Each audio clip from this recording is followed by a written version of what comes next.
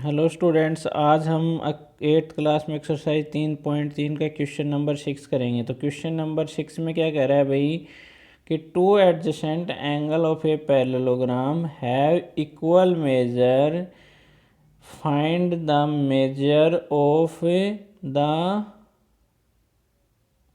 Angles of the parallelogram. क्या कह रहा है, टू एडजेसेंट एंगल हैं और उनका सम क्या है भाई, इक्वल है। सॉरी, दो एडजेसेंट एंगल है, उनका वो क्या है, इक्वल इन मेजर है। तो उन्हें हमें निकालना है। तो सबसे पहले हम क्या करेंगे कि let each adjacent angle x हो जाएगा। और हमें पता है एडजेसेंट एंगल्स का सम कितना होता है भाई, 180 होता है।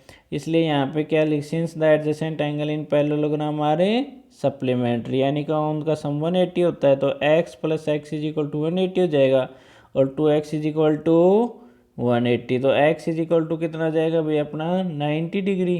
तो ईच एडजेसेंट एंगल कितने डिग्री का आ गया अपना 90 डिग्री का। ठीक है भाई। अब अपना नेक्स्ट क्वेश्चन कह रहा है the adjacent figure H O P E is a parallelogram. ये डब्ल्यू में प्रिंट हो गया।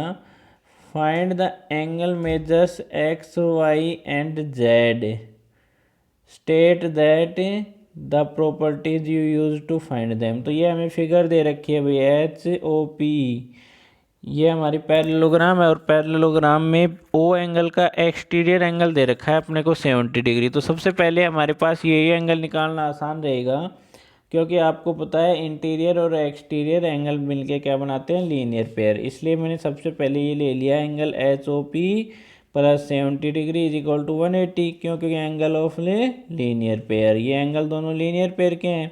तो यहाँ से जब सोल्व करेंगे तो H O P is equal to 180 minus 70 यानी कि 110 आ गया। अब ये एंगल अपना 110 आ गया। तो आपको पता है पैरेललोग्राम के अपोजिट एंगल कितने होते हैं भाई, इक्वल होते हैं। इक्वल होते हैं तो अपना एंगल जो क्या है पी एच ई है वो किसके बराबर हो जाएगा भाई, एंगल सॉरी, तो अपना क्या आ जाएगा भाई, एंगल ई है वो एच ओ पी एंगल के इक्वल हो जाएगा। यानी कि एक्स इज इक्वल टू कितना आ जाएगा 110। क्यों आ जाएगा भाई, opposite angle of a parallelogram are equal, ये प्रॉपर्टी लगेगी। अब देखो भाई नेक्स्ट फिगर में देखो, अपना एंगल पी एच ई और एंगल ओ पी एच या एच पी ओ दोनों अल्टरनेट एंगल हैं। क्यों है, क्योंकि भाई ये दो पैरेलल लाइन है और ये एक ट्रांसवर्सल है। तो ट्रांसवर्सल के जो इधर वाला और इधर वाला एंगल होता है वो क्या कहलाता है भाई, अपना अल्टरनेट एंगल कहलाते हैं। तो इसलिए पी एच ई और एच पी ओ इक्वल हो जाएंगे, क्योंकि अल्टरनेट एंगल्स, और वाई इज इक्वल टू आ जाएगा अपना 40 डिग्री। अब यहाँ पे देखो भाई, आपको पता है ट्राइंगल प्रॉपर्टी लगा सकते हो यहाँ पे एक्सटीरियर एंगल की, कि अगर एक साइड का ये ट्राइंगल है, अपनी ट्राइंगल ले लेंगे हम कौन सी, ये एच ओ पी ले लो या पी एच ओ, जो भी आप इसको नाम देना चाहो दे सकते हो। तो आपको पता है कि एंगल ई एच ओ, ये वाला जो एक्सटीरियर एंगल है वो किसके बराबर होता है, इस ट्राइंगल में वाई और जेड एंगल के बराबर होगा। तो 40 plus z is equal to कितना आ जाएगा 70 डिग्री। तो जेड इज इक्वल टू आ जाएगा 30 डिग्री। तो एंगल आ गया अपने x 110, y 40 and z 30 degree. इसी तरीके से अपना अगला 8th क्वेश्चन है भाई।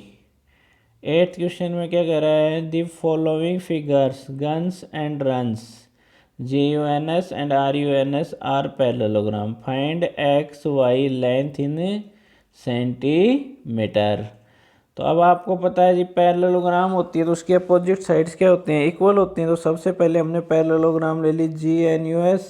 तो इसमें GS है वो किसके इक्वल हो जाएगी भाई, UN के इक्वल। क्यों, क्योंकि अपोजिट साइड ऑफ पैरेललोग्राम। तो 3x इज इक्वल टू कितना हो जाएगा भाई अपना 18 और x is equal to 6 centimetre आ जाएगा।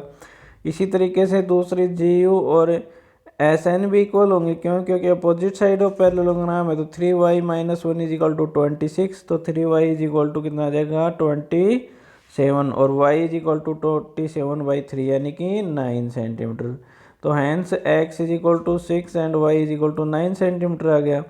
अब हम अगली पैरेललोग्राम लेते हैं हम रन्स। रन्स में पहली एक इक्वेशन दे रखी है अपने को y plus 7 is equal to 20। क्योंकि आपको पता है, मैं यहाँ दिखा देता हूँ पैरेललोग्राम के जो डायगोनल्स होते हैं वो एक दूसरे को बाइसेक्ट करते हैं, तो बाइसेक्ट करते हैं तो इसका मतलब क्या होगा भाई, मान लो अपना डायगोनल आर एन है तो इसका आधा हिस्सा है वो अगले आधे हिस्से के बराबर होगा। यानी कि अगर मैं इसको मिडिल पॉइंट को ओ ले लूँ तो R O is equal to O N के होगा। तो इसलिए इसी तरीके से एस ओ इक्वल होगा ओ यू के। तो अब ये अपोज पैरेललोग्राम के डायगोनल बाइसेक्ट करते हैं, इसलिए y plus 7 is equal to 20 हो जाएगा और y इज इक्वल टू क्या हो जाएगा 27 minus is equal to 13 centimetre. क्यों? क्योंकि diagonal of a parallelogram bisect each other. अब सेकेंड इक्वेशन में y की वैल्यू रख देंगे तो x की वैल्यू आ जाएगी। तो x plus y is equal to 16 है, तो x plus 13 is equal to 16, यानी कि x is equal to 16 minus 13, यानी कि x is equal to 3। Hence x is equal to 3 and y is equal to 13। ये इसकी वैल्यू आ जाएगी। Ninth question में क्या कह रहा है भाई, in the figure both R I S K and C L U यानी कि risk and clue are parallelogram दे रखे हैं, find the value of X निकालनी है। दो पैरेललोग्राम को भी एक साथ अटैच करके दे रखा है, ठीक है। तो अब हम सबसे पहले क्या करेंगे, हमें तो वैल्यू निकालनी है एक्स की। एक्स की वैल्यू किस तरीके से निकल सकती है, जब हमें एंगलों का पता हो कौन कौन से का, या तो ये जो अंदर वाले दोनों एंगल हैं ई और एंगल है एस, जब हमें इन दोनों एंगल्स का पता हो तभी निकल सकती है भाई ये दो। तो अब देखो भाई आपको पता है, सबसे पहले हम क्वाड्रिलेटरल लेते हैं, पैरेललोग्राम लेते हैं। पैरेललोग्राम आर आई एस के रिस्क में angle R I S is equal to क्या होगा भाई, एंगल के इक्वल होगा। क्यों होगा एंगल के equal, sorry angle R I S ये दोनों अपोजिट एंगल हैं इसलिए 120 डिग्री हो गया, ठीक है भाई।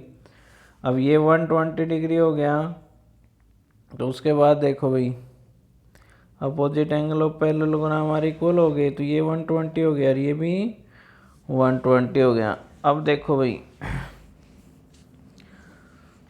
अब यहाँ क्या है, angle M plus angle 120 is equal to क्या हो जाएगा 180, क्योंकि ये क्या आ जाएगा भाई लीनियर पेयर आ जाएगा। क्या हो जाएगा, ये लीनियर पेयर हो जाएगा, ठीक है भाई।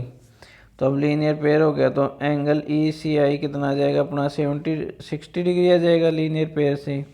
तो ये 60 डिग्री आ गया। तो अब आपको पता है यहाँ देखो दूसरी जो अपनी पैरेललोग्राम है उसके अंदर देखो भाई दूसरी पैरेललोग्राम कौन सी थी अपनी, clue C L U E.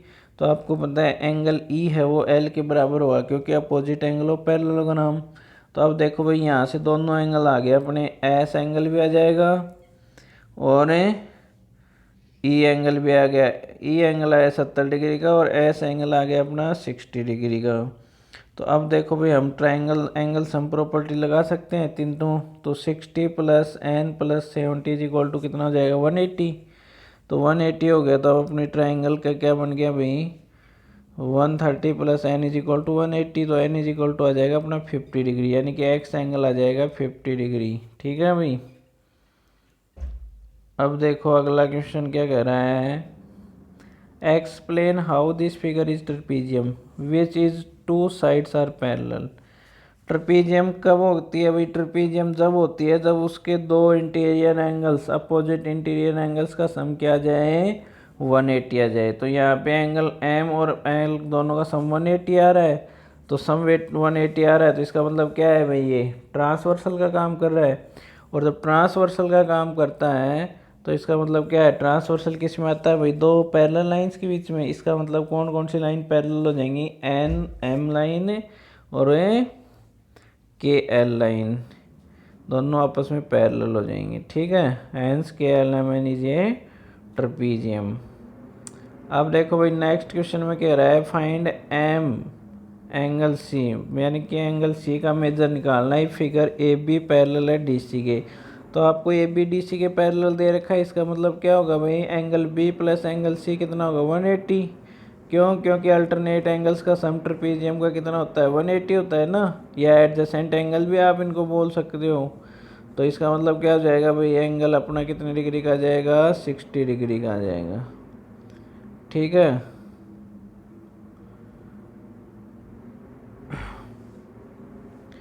तो अब नेक्स्ट क्वेश्चन है 12वां, find the measure of angle P and angle S if S P parallel दे रखी है आर क्यू की।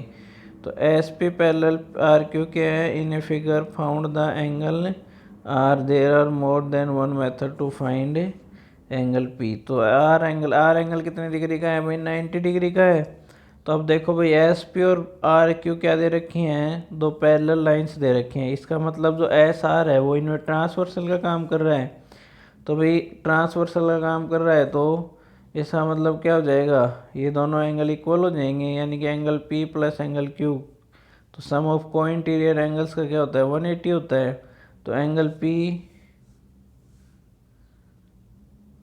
प्लस 130 इज इक्वल टू कितना हो जाएगा भाई, 180 के बराबर। तो एंगल पी आ जाएगा अपना कितने डिग्री का, 180 माइनस 130। तो एंगल पी आ गया अपना 50 डिग्री।